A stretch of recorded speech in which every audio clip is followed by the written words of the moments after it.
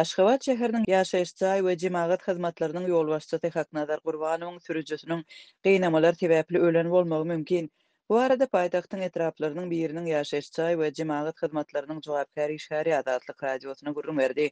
Azatlyň söhbetdeşi sürüjiniň adyny agdamakdan saklandy.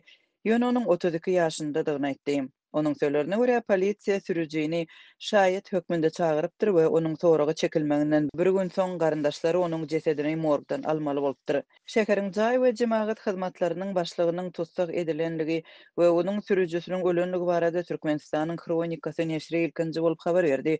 Neşriň habaryna görä sürüji sorag edilenden soň ölüpdir.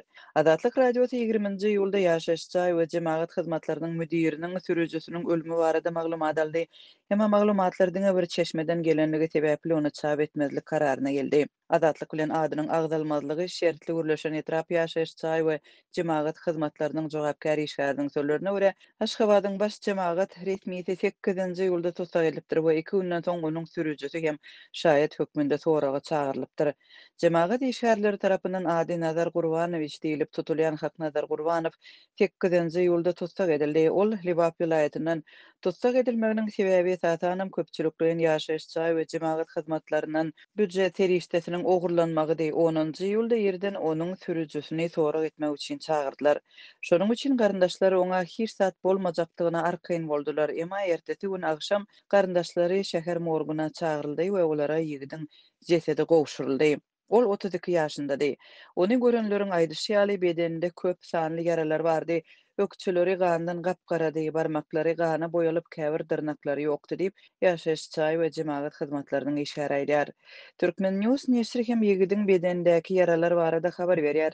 Neşir bu adamyň köçede ölü tapylandygyny habar berip garyndaşlaryna talgylanýar. Merhumy ýuwan molla sürüjiniň ähli elleriniň gökdügini gördi. Çeşmeler bu adamyň gynanlandygyny we ölenden soň ony köçe taşlandyklaryny habar berýär. Ol ýerden ol morga gidildi we diňe şondan soň garyndaşlaryna jaň edildi diýip Türkmen News habar berýär. Neşriň maglumatyna görä bu adam 35 ýaşyndady. Türkmenistanyň Kronikasy we Türkmen News media serişdeleri merhumyň adyny görkezmeýär. Neşriň ikisi de paýtagtyň ýaşaýyş we jemgyýetçilik hyzmatlarynyň ýolbaşçysynyň tutsak edilmeginiň premier ministriň orunbasary Şah Muhammed Durdulyýewiň işinden aýrylmagy bilen baglanşyklydygyny Haknazar Gurbanowyň hem onuň howandarlygyndan peýdalananlygyny ýazýar. Azatlyk bilen söhbetdeş bolan ýaşaýyş we jemagat hyzmatlarynyň wekili iki resmiýiniň arasynda iýun aýynda konfliktiň ýüze çykanlygyny öňe sürdi. Durduliev Aşgabat şäheriniň ýaşaýyş we jemgyýetçilik hyzmatlarynda ýüze çykýan kynçylyklardan etatanam jaýlarda suw ýetmezçiliginden suw üçinçilik ulgamynda ýygyderli betbagtçylyklardan nägili boldy. Haýratynä bu meselelerin garaşsyz metbuat tarapyndan berilýänligine gaharlandy. Azatlykda ýygyderli ýüze çykýan suw meselesi baradaky negativ habarlar sebäpli Serdar Berdimuhammedowyň Durduliewiň üstünden düşünligi barada maglumatlar bar. Durduliew hem öz gezeginde Gurbanowdan ýagdaýy düzeltmegini isledi we oňa jinaýat jogapkärçiligi bilen haýbat etdi.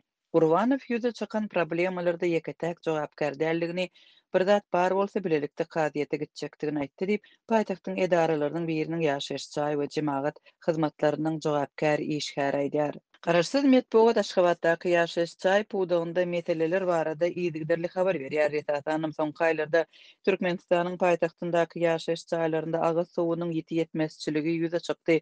Kwartiralarda suw diňe gündüz birnäçe sagat berildi. Türkmenistanyň kanun goraýjy we jeda beriş edaralarynda gynamalar bilen bagly ýagdaýlar ýygyderli ýüze çykýar. Azatlyk kozul derňew astyndaky adamlaryň gynamalar sebäpli ölenligi barada enşemege de habar beripdi.